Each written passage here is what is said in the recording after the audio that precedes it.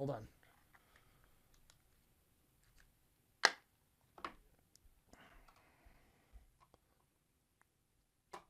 So I used a guitar pick to kind of like pop out the trackball itself, right?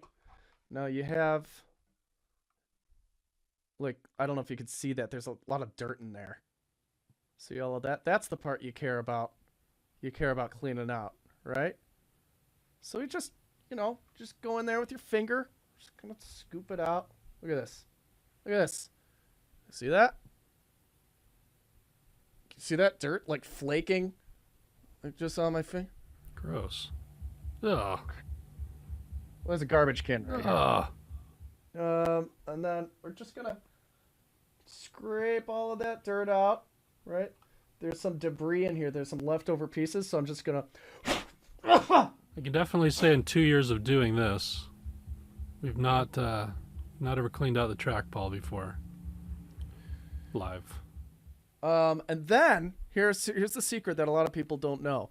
You use the natural oils from your face to lube up the trackball like this. So just gently, just kind of roll it across your forehead, maybe the sides of your temples, your face like this. Yep. Are you being Just for like real? that. Yep. And then, boom, done. Trackball clean. It's also great for exfoliating. If you haven't yet, look up trackball exfoliation, Google. All right, everybody. Have a great Tuesday. Any other questions? Like, let's get out of here. No, we're good. We can pick it up again tomorrow.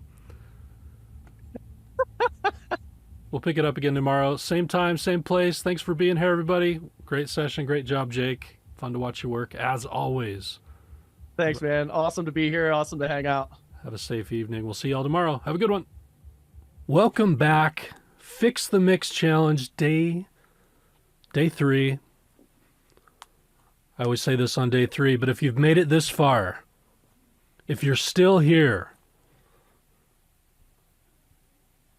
my hat's off to you.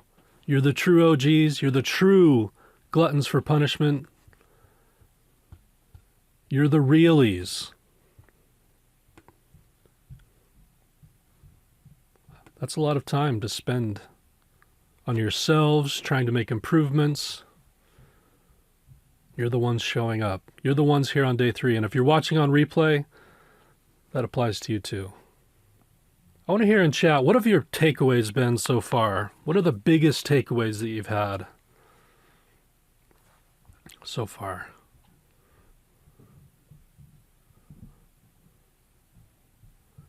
Listening? Balancing?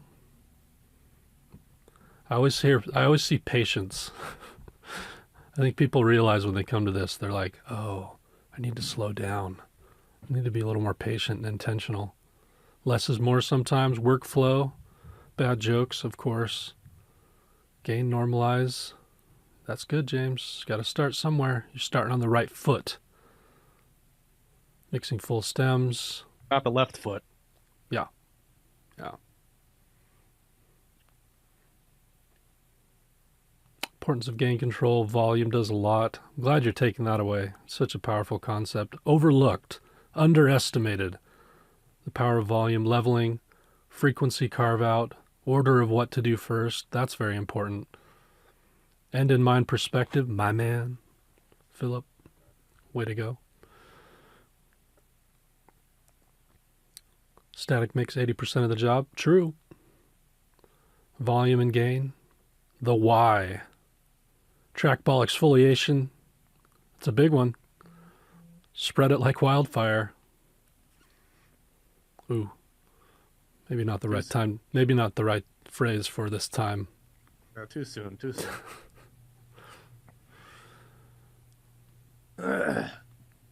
-10. Finally found normalize. Way to go. Power of coffee. Gotta have it. The cube mix. 3 dimensions of space.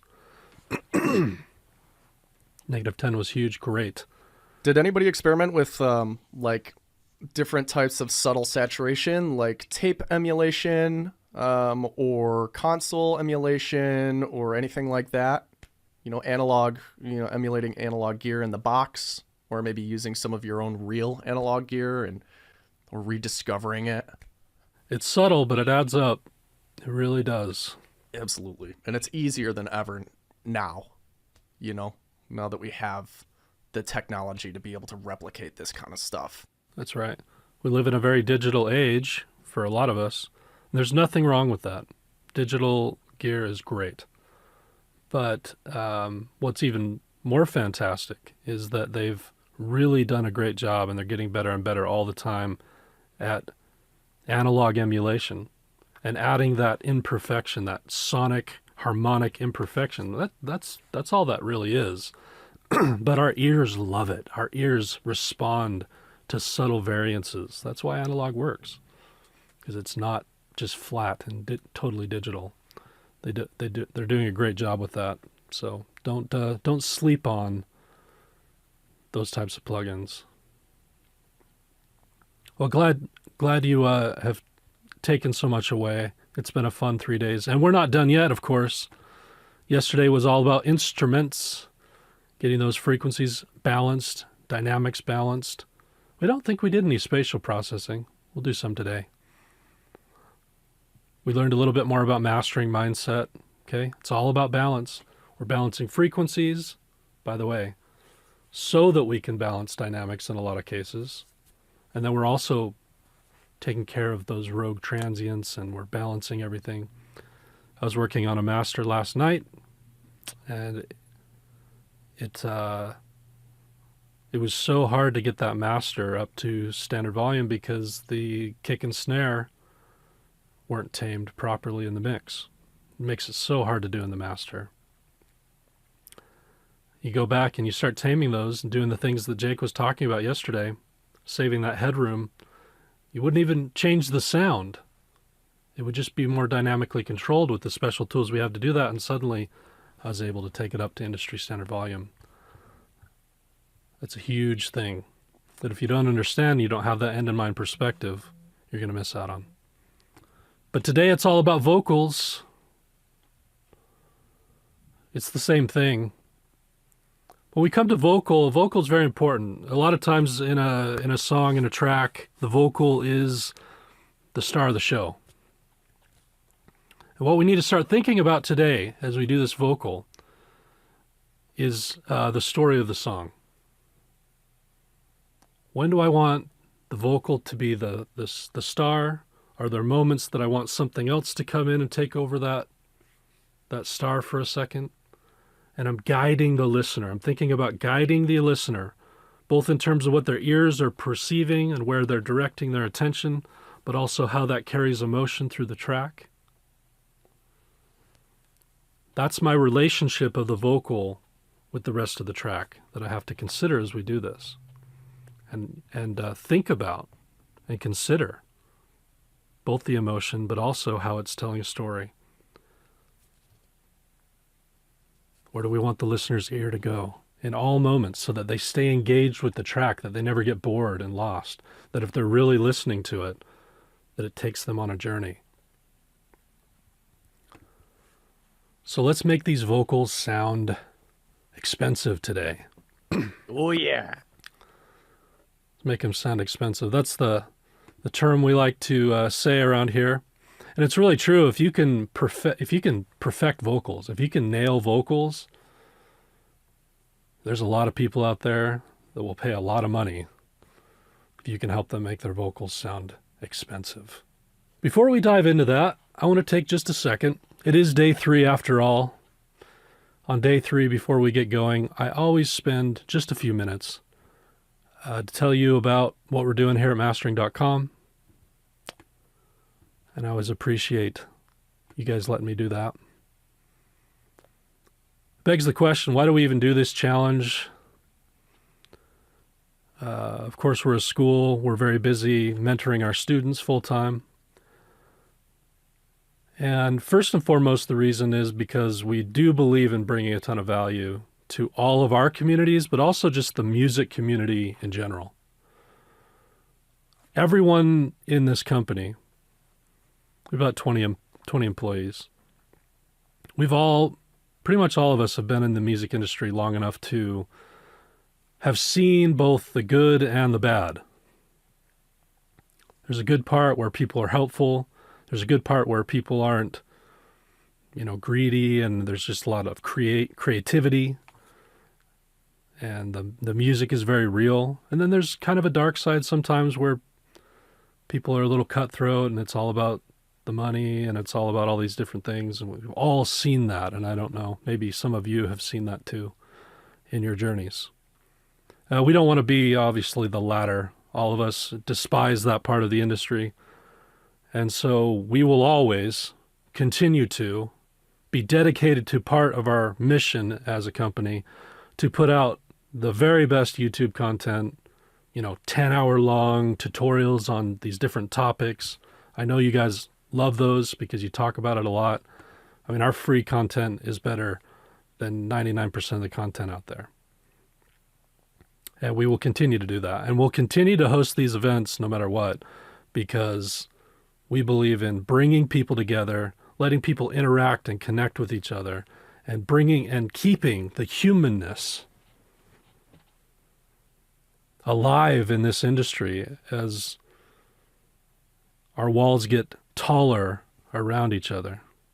And there's too many of us, I think, sometimes sitting in our basements, being a bit isolated in this industry. So we need to come together. We have multiple different communities that help people connect with each other.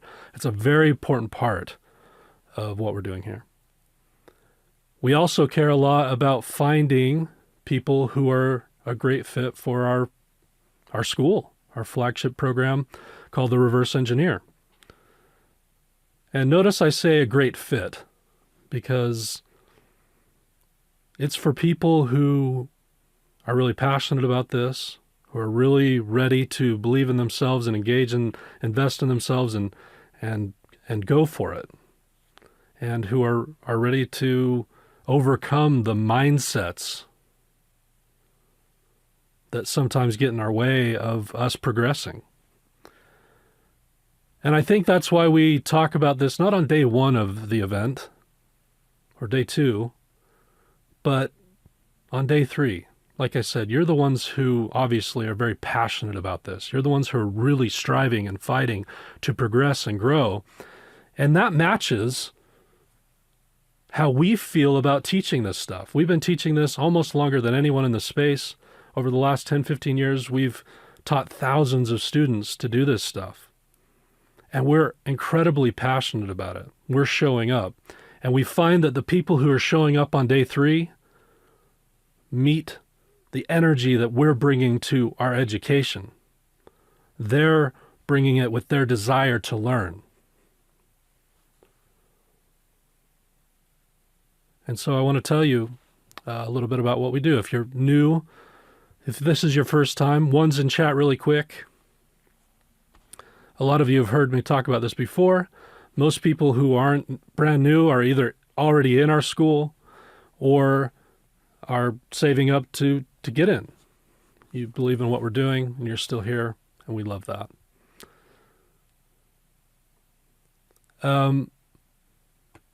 We're trying to solve some problems. We've, over the last 10 years, perceived that there are a lot of people out there that are incredibly stuck in their progress. You ever felt stuck? You ever felt like you're hitting this wall, you're pretty good, but there's just something stopping you from really getting the ideas and the creativity that's inside of you to manifest itself coming out of the speakers the way that you hear it? I've talked to hundreds and thousands of people over these last years who feel this way. And as we've learned from the students that we've taught, and we've watched the industry and watched different people, we think we're well aware of the things that are stopping people from progressing.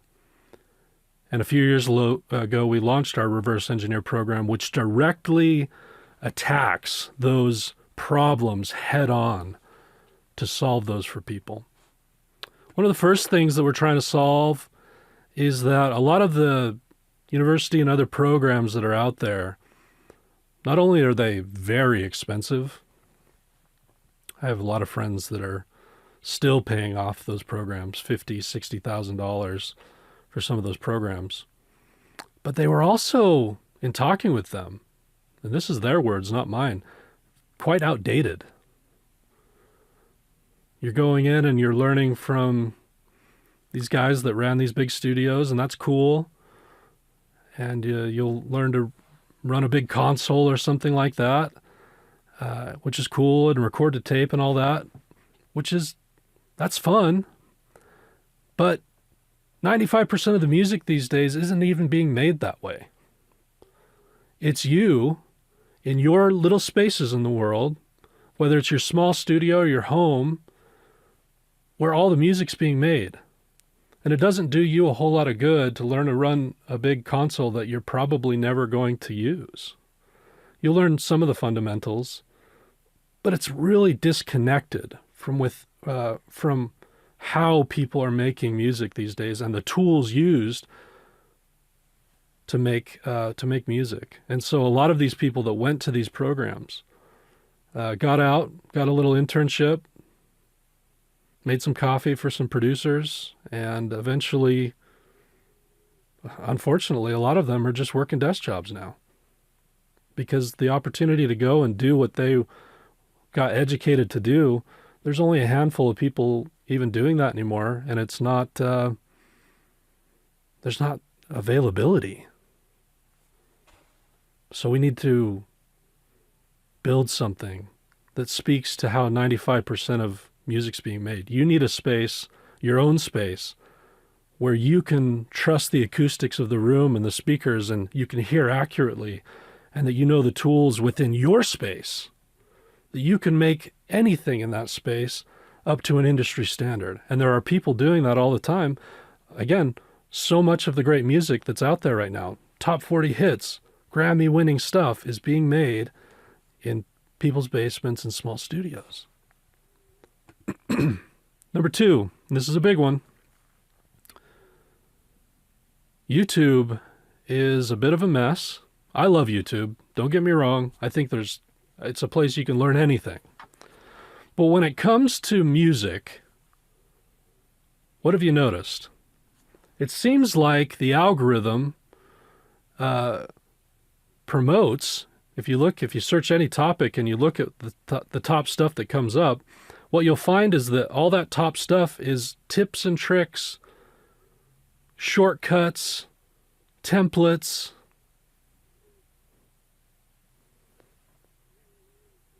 If you put a cute girl on the thumbnail. And so what you have is all these people going out and saying, hey, I want to learn this thing. They're going to YouTube. They're trying to learn this complex topic. And what they're getting is, hey, if you learn these 5 tips and tricks, you're going to win a Grammy. Yeah, clickbait, right? That's not doing anyone any good. There are good tips out there, and there's good tricks out there. But if you lack a foundational understanding of the core of how sound works, how frequencies work, how dynamics work, those tips and tricks aren't really going to get you very far. I see what most people are lacking is that foundational core. To really be great at this, you have to just become a master. It's like if I said, go learn how to make beautiful broadswords from YouTube. You could watch videos on blacksmithing. You could watch them hammer those things and dip it in oil and put it in the forge and do it all, and you'd be like, oh, maybe you could do that, and you go out to your garage and you'd probably burn it down. We can learn a bit about making swords, but to truly be a master of that art, you need to get in there with people who really know what they're doing. A true master of blacksmithing would know more than what you could see on a screen. They'd know the way the metal looked and the way it sounded when you hit it. And the sound of when you dipped it in the oil and the color of it. It would be more instinctual. And for all of you who are learning this stuff, to get to that higher level, to bypass that intermediate plateau that so many people are hitting up against, you have to become a master over sound. It's deeper than just tips and tricks. And the last thing I'll mention is that there are a lot of people out there that are giving bad advice. There's industry gatekeeping. If you read a lot of the forums, what you'll see is some good advice, but far too many people clutching onto pearls of old ways that things have been done. How many times have you heard or been on those forums and it's like, oh, the reason why your stuff doesn't sound good is because you're not using like all this analog gear and these A to D converters and you're using the wrong DAW or whatever else it is, right? It's nonsense. You use whatever DAW you want. You don't need a single piece of analog gear. You can if you want. But the reason why you can't get the ideas and the creativity to come out of your speakers the way that you hear it in your head is not because you don't have that gear. I promise you. It's a mindset problem. It's because we lack the foundational understanding that would really get us there. So I think you could look at this as we do things old school in that we work really hard. All of our students work so hard and they're so passionate about this. But we do it in a way that's compatible with the modern era. And we're bypassing the mindsets that pull so many people down. And it's our mindsets a lot of times that do this too. I hear a lot of people feel and talk about, I'm intimidated by the amount of work. If you're here on day 3, that's probably not you. But I think it's reasonable to sometimes wonder if you're up to the task. My music is good enough because I don't have XYZ. I don't know if I'm talented enough. I feel isolated. I don't know where to go. There's imposter syndrome. What if I don't have it? All of these things stop us from progressing. They stop us from simply becoming masters of audio. And they hold us back. And so you see this. A lot of people get stuck at the beginner phase. They don't know how to progress. But far too many people get caught in this intermediate plateau because they're relying on the wrong types of tools, tips, and tricks. Their mindsets are stopping them from progressing. They're going and getting education at places that aren't helping them. And we're here, and thankfully, we have this amazing community of our student base who are overcoming this intermediate plateau, who are, much to their joy, finding how to make music, whether even if it's just for themselves in a passion project they've been working on for 20 years, finally having it come to life, or finally getting some clients and starting to work in the industry, or breaking out from the chains of our own mindset and our own lack of knowledge and understanding to start making the music they've always wanted to make. I love our community of people. We believe that the reverse engineer is the most effective and powerful philosophy for learning audio engineering and production in the world. It's not just another program. It's everything we learned over the last 10, 15 years, all poured into something that addresses these issues, but also presents a brand new way that's never been done before of learning production, mixing, and mastering. It's all three. It's production and mixing and mastering. We believe that you need to learn all three, even if you want to specialize in one area, because it's in that understanding of all three that you see the connection. It's called the reverse engineer because we actually teach it in reverse. It's totally novel. We start with mastering. And you can see, if you were here the last couple of days, how much light was shed by my conversations about mastering on mixing, and how much our conversations about mixing shed light on how this track in particular was produced very well and captured very well. You see then, from the very first time you press record all the way through the recording process and the performance you gather through the production process, all the way through mixing. All of that is leading up to a moment in mastering, whether you, to this point, whether you, with mastering, you can take that track and really send it to the moon or not. And I had the distinct pleasure of training mastering engineers for many years.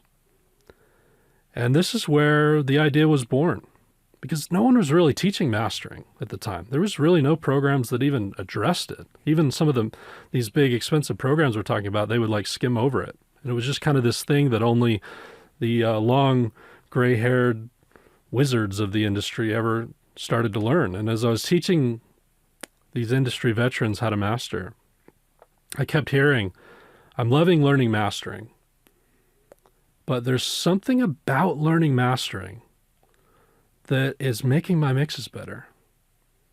It's making even my productions better. I'm thinking differently about the entire process, and it's filling in gaps that I had that was leading up to this moment to where I could really get that professional sheen and shine in my music. And I went, there's something to this. What if we started with that?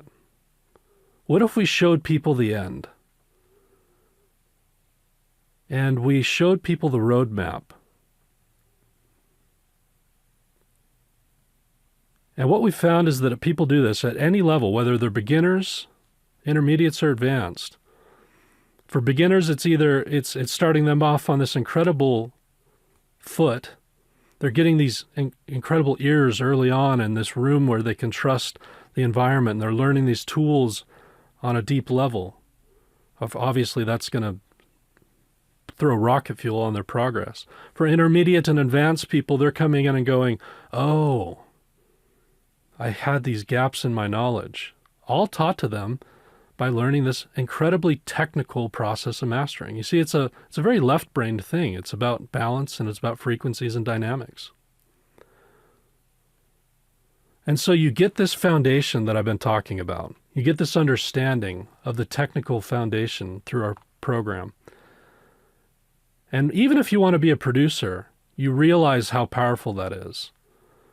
Because as you start connecting the dots, and as those technical parts become more instinctual to you, and you get that wizard-like ability to really use EQs and compression and all the tools that we have for shaping sound, what happens is, in the creative moments, we don't have to think about that anymore. We know how to shape sound. We know the tools that we use to do that. And those creative moments, as you know, if you're creative, they don't last forever. They are these fleeting windows that in those moments, if we can't harness what we're experiencing, if we can't harness and express what we have, it goes away. And so your ability to master the technical parts isn't just to be a great mastering and mix engineer. It's to unlock yourself as a musician and as a creative. So that in those moments, you don't have to think about it. This is a great process. It's really changed the game. It's helping people get to that really high level. We believe in it. We're so passionate about it. And we're just very excited about what we're building here and all the people who are coming. And it's my distinct pleasure to have the experience of watching our students grow and realize the things that they've been wanting for so long. But it's not enough to just have a great philosophy. To finish this off, I'll say that it really boils down to an experience. When you come work with us, it's a three-faceted experience. The way that it works in the reverse engineer is that we have this curriculum, this incredible training platform, and it's full of hundreds of hours of not tips and tricks, but the foundation that'll guide you through a process of that reverse learning, to mastering, to get the ears, to get the room and the deep understanding of the tools, and then to apply that and grow and snowball your abilities. We pair that with one-on-one mentorship. So we have a fleet of mentors, and we have mentor calls pretty much 8 hours a day, 5 days a week, even some on Saturday, where people can get on and have that one-on-one time. That's what we need.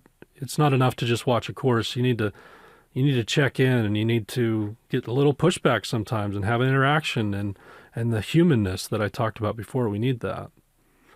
Our mentors, as you've seen, like Jake, and we'll see Dane later on today, are incredible teachers. They know how to help you grow. And again, we're as passionate about teaching as we are about music. And then, of course, an active community. And don't sleep on the community. Many people in the reverse engineer, one's in chat if you're in the reverse engineer. I know a lot of you sneak onto these events. What's going on, everybody? They'll tell you that the community is key. We have to get out of our echo chambers, of our small spaces, and connect with a community of like-minded people. People are blown away by how many other good people are out there. When they come in, I'm sure they don't know how to feel about the community because they haven't experienced it yet, and quickly learn that there's this support group of, I think, almost 1,500 students at this point, that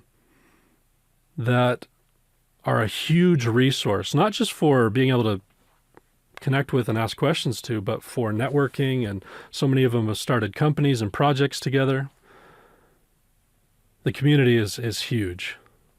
And it's only through those three parts put together that we really grow. It gets us out of our basements. We don't have to feel so alone. We feel connected to a community. But then we have an incredible philosophy that takes us and really helps us grow.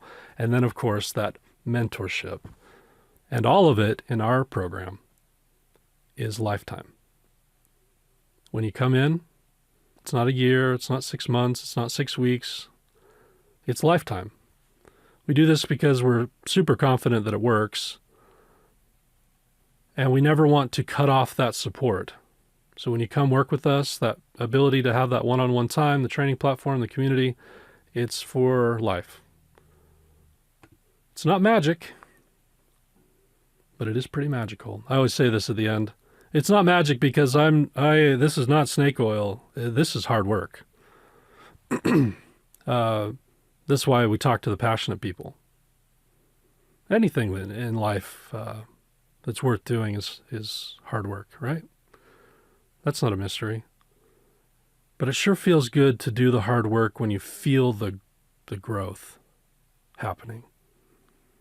Kind of sucks to do the hard work when you feel when you feel stuck. But that's the magical part, is you start to feel that. And when the mindset issues and the imposter syndrome and all the things that hold us back start to melt away, and we really start to see progress and start realizing the things that we've been striving for so long, that's magic. Doesn't matter how hard you work at that point. And in that relationship with our community, with our mentor, student relationships, we have a really cool thing going. And for those of you who want to be a part of it, let me tell you about how it works. And then we'll move on, get to vocals. You can't just click a button and buy it. But it is pretty easy. We just want to have a conversation with you. So there's a link there at the bottom, mastering.com/TRE. You can book a call. And we have this these enrollment experts who can answer any questions that you have. They know everything about the program. A lot of them have been former students. They know it inside and out, and they know how to help people get a game plan together. Even if it's not something you can do right now, they can help you by answering your questions, but also put together a game plan for how you can get to where you want to go. And for some of you, we may find out it's not the right time, or we may find out it's not a good fit for whatever reason. That happens sometimes. And we're not interested in having anyone it's the wrong person, it's the wrong time for them come in. So you book a call and you have a conversation with the admissions counselor. If it's a good fit, you can start the program. Typically, the program cost is $6,800 for that lifetime access, not $50,000, folks. There are payment plans if you can't do that all at once. There's no reason if this is something that you feel like, hey, I want to look into, maybe it's time to take a risk on myself, invest in myself, to not have at least a conversation with us about it, and we can figure out if there's a way to do it. Yeah, we are very accommodating. It's a no pressure thing. You can tell by my tone now, we're just trying to find the right people for this and people who've been looking for this, because this is an opportunity, and they'll have the same tone with you. So if you have any questions, please ask them in the chat. I'm going to give you 5 minutes or so for those of you who want to book the call. We're going to open up some slots. Don't be afraid. They're nice folks, I promise. You just go to mastering.com/TRE. You can answer just a couple questions and pick a time slot. And in the meantime, I'll answer a couple of questions. Oh, we aggressively promoted Andre for sure. Tal, yeah, lots of people in various different things, both in sync, in working with mix and mastering clients, production clients. Our students have won Emmys. So we have students that have won Grammys, worked with top tier artists. Recently we had a student who won 2 different big sync projects, which was great. One with Toyota and one with Airbnb, I think, or I can't remember the other one. So many are working within their own communities, though, and have their small business. It just depends. There's no way to... it's a lot of people. I mean, if you come in and work, with it being lifetime, it's just a matter of your energy, right? How far you want to go. And everyone has different goals. Some people are just trying to make that record that they wanted to make for 20 years, and it's not really about working in the industry. I have a lot of people like that. Andre, we have a program after reverse engineer that's all business sides, like a graduate program. And not only do we help people find a job, we actually bring work to them to help them get accustomed to the industry. Not that it would like create a full-time job for them, but it creates opportunities. And that's a really cool part of it that I haven't talked about today, but it's called our Mastermind program. Got to get the skills first, though.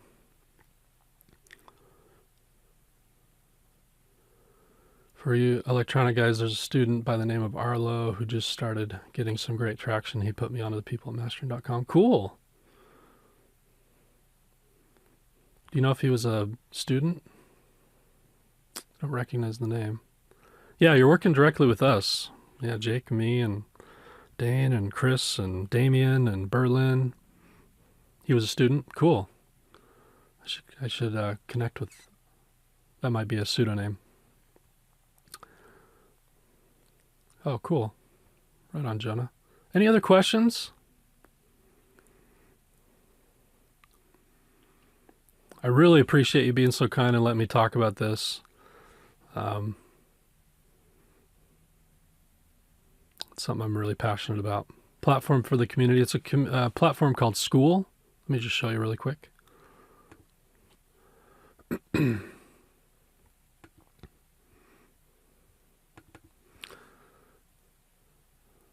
This is it. The community here, you can see there's tons of interaction all the time. It's really slick. It's all in one place, so all of our modules and other things that we talk about, we have some business stuff that we do even before the mastermind. We have a lot of guest speakers that come in. We've had some of the top industry guys come in and work with our students for a month. That stuff's really cool.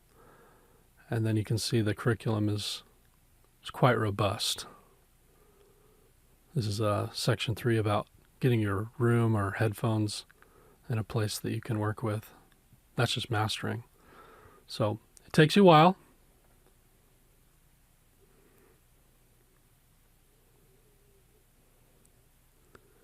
Yeah, we're not gonna do vocals today.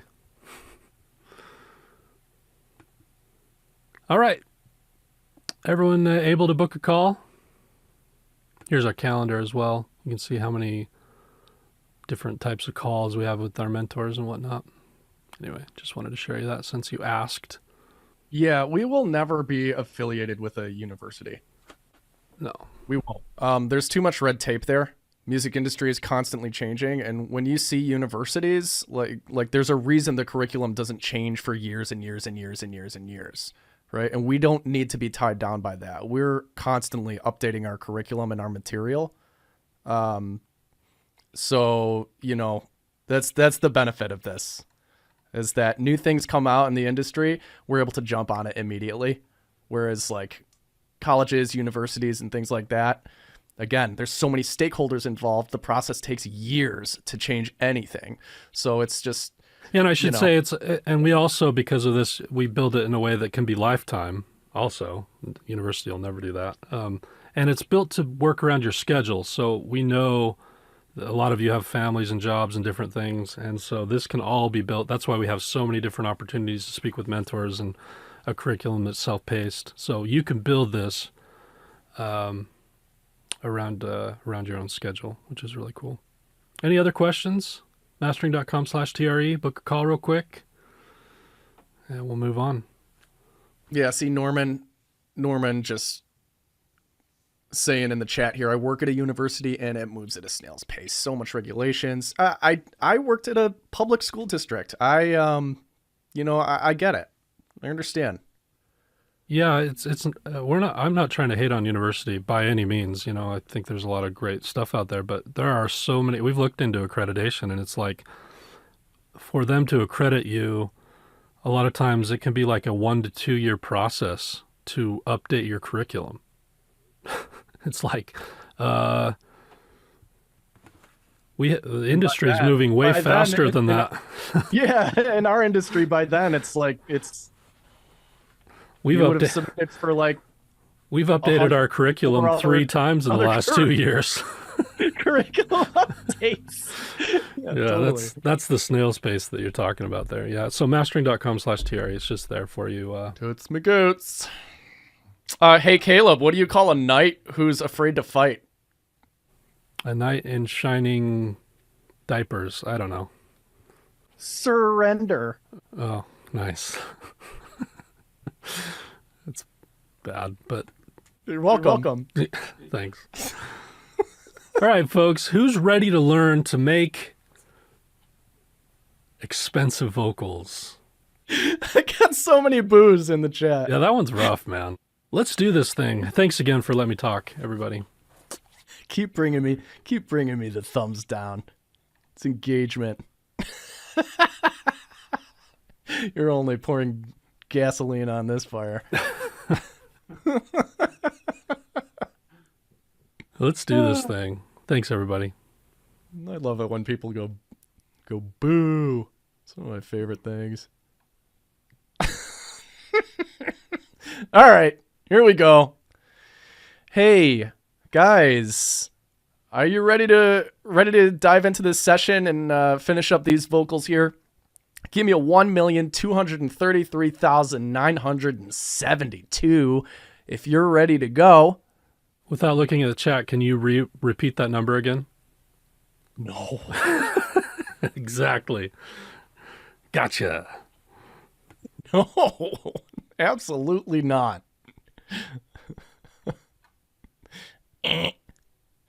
I just let the spirit flow through me. Okay, here we go. We're going to just take a listen here. Let me know you can hear the audio.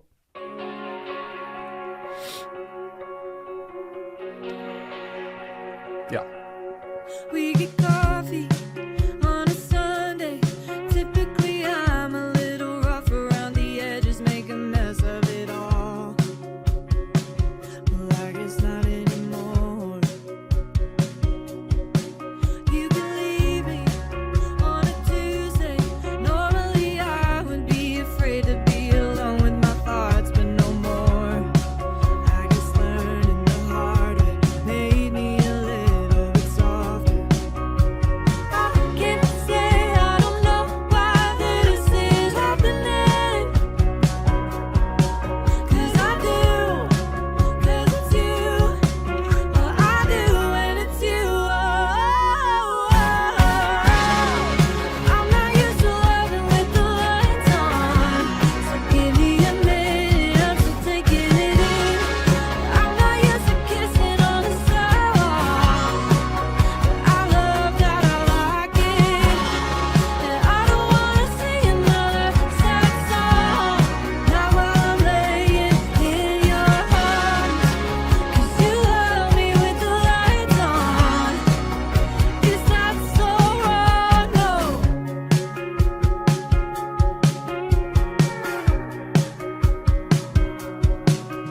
I'm seeing a light at the end of the tunnel. Oh no, you uncover me like a fossil, covered in dirt from the fall. You got plans, I got problems. Never thought loving you might solve them, but oh well. I'm not used to loving with the lights on. So give me a minute, I'm still taking it in. I'm not used to kissing on the sidewalk. I love that, I like it. And I don't wanna sing another sad song. Not while I'm laying in your arms. 'Cause you love me with the lights on. Is that so wrong? No.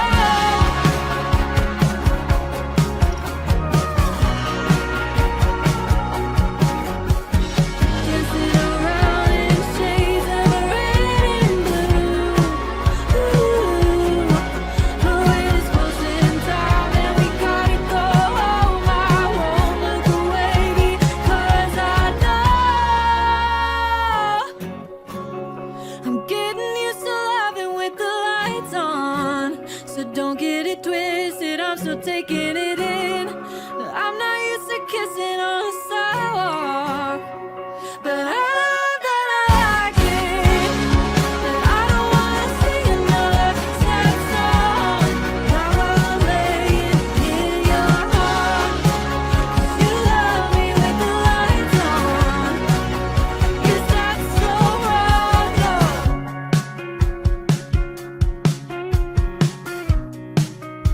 Is that so wrong? No. Yeah, song is great. We're gonna. So I use like aggressive language, but really like in a contradictory way. So I was about to say we're gonna destroy these vocals, but I mean that in a really good way. Okay, so I just thought I'd make that clear. We are gonna absolutely annihilate these vocals. I'm excited. One thing that I did notice though was that the kick in the verses is probably a little heavy. So I'm gonna just kind of bring that down a couple decibels and see where that sits. We get coffee on a Sunday. Typically I'm a little rough around the edges, make a mess of it all. Well, I guess not anymore. You can leave me on a Tuesday. Normally I would be afraid to be alone with my thoughts, but no more. I guess learning the hard way made me a little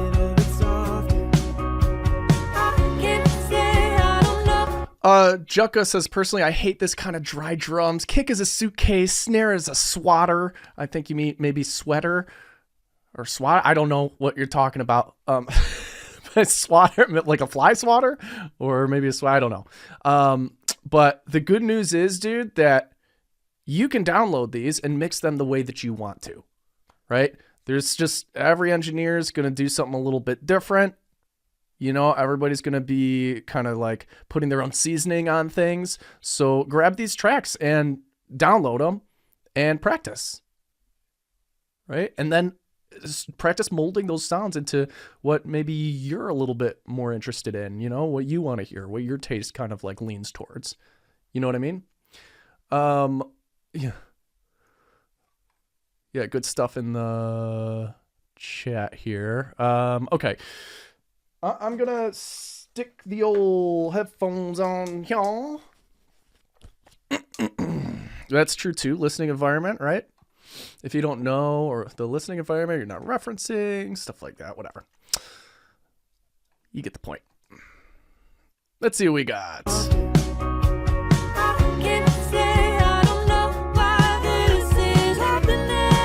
And I am going to go from the top here, so I can kind of calibrate my headphone level.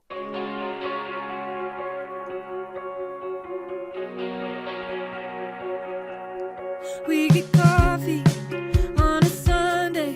Typically, I'm a little rough around the edges, make a mess of it all. Well, I guess not anymore. You can leave me on a Tuesday. Normally, I would be afraid to be alone with my thoughts, but no more. I guess learning the hard way made me a little bit softer. I can't say I don't know why this is happening. 'Cause I do, 'cause it's you. Well, I do when it's you. I'm not used to loving with the lights on, so give me a minute, I'm still taking it in. I'm not used to kissing on the sidewalk, but I love that I like it. And I don't wanna sing another sad song, not while I'm laying in your arms, when it's you. Okay. Yeah, just had to rebalance the kick and snare a little bit for the genre, right? You know, that kick, the level of that kick just was a little bit too loud for me. So, you know, I took it down a little bit in the verse, took it down just slightly in the chorus, but I'm happy with where that's sitting for now. Let's get into vocals, guys. What do you think? What you think? We get coffee on a Sunday. Typically, I'm a little rough around the edges, make a mess of it all. Well, I guess not anymore. So I'm just going to do a little bit of automation on these vocals before I start processing them.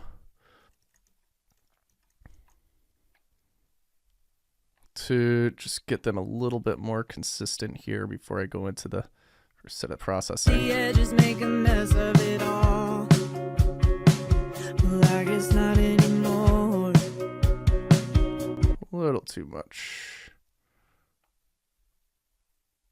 Well, I guess not anymore. You can leave me on a Tuesday. Normally, I would be afraid to. Let's cut this word. Leave me. You can leave me. You can leave me. You can leave me on a. A little bit more. You can leave me on a Tuesday. No. You know, I know technically like the waveform doesn't look like it needs to be brought up, but on I just feel like I want it up a little bit. Leave me on a Tuesday. Normally, I would be afraid to be alone with my thoughts, but no more. Sounds good. Sounds really good. She's great. Grace Gunn, everybody. Follow on Insta. Support the artists. You're learning a lot using her art right now. My thoughts, but no more. I just learned to be alone with my thoughts, but no more. I just learned in the hard way, made me a little bit softer. Hear how that kind of like ducks down? I'm just doing some gain moves here. Be afraid to be alone with my thoughts, but no more. I just learned in the hard way, made me a little more. I just learned in the hard way, made me a little bit softer. I can't say more. I just learned in the hard way, made me a little bit softer. I can't say I don't know why this is happening. 'Cause I do, 'cause it's you. Oh, I do, and it's you. Oh, 'cause I do, 'cause it's you. Oh, I do, and it's you. Oh, I'm not used to loving with the lights on. So give me a minute, I'm still taking it in. I'm not used to kissing on the sidewalk. I love that, I like it. And I don't wanna sit on the sidewalk.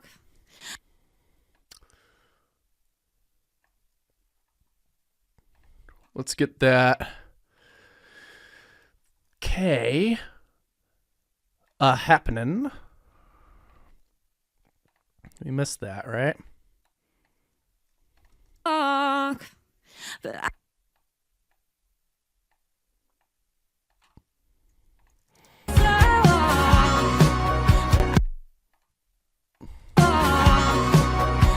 love that, I like it. And I don't wanna sing another sad song. Now while I'm laying in your arms, 'cause you love me with the lights on. Is that so wrong? No. Cool. Yep, just doing a little volume automation here, guys. Nothing more complex than that. Just doing a little bit of volume automation on these vocals to kind of bring things out that might be buried or bring things down that might be poking out of the mix too much. Making it more consistent before I put it through some vocal processing. And what that does, if you do this kind of stuff before compression, compressors won't have to work as hard. Although there's already compression on these vocals, I can tell. I'm seeing. And as a result, it will sound more natural. It won't sound as kind of like artificial or squashy. A light at the end of the tunnel. Oh no, you uncover me like a fossil, covered in dirt from the fall. Covered in dirt from the fall. You got plans, I got problems. Never thought loving you might solve them, but oh well. I'm not used to loving with the lights on. So give me a minute, I'm still taking it in. I'm not used to kissing on the sidewalk. I love that. Yep. Just get that K on sidewalk again. I love that, I like it. And I don't wanna sing another sad song. Now while I'm laying in your arms, 'cause you love me with the lights on. Is that so wrong? No. Dancing around in shades, never ending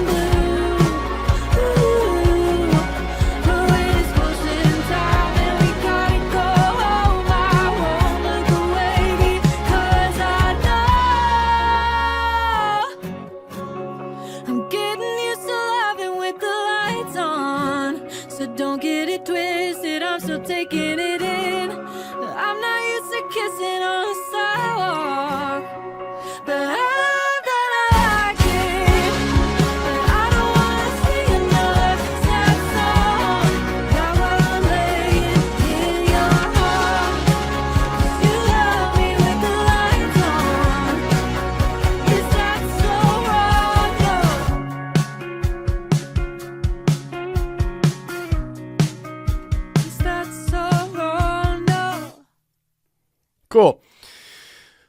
I'm gonna go with that for now. We're gonna start processing these things. Already sounding tight and right. We get coffee on a Sunday. Typically, I'm a little rough around the edges, make a mess of it all. Well, I guess not anymore. So I've decided to use this compressor. I'm going to squash these vocals just a little bit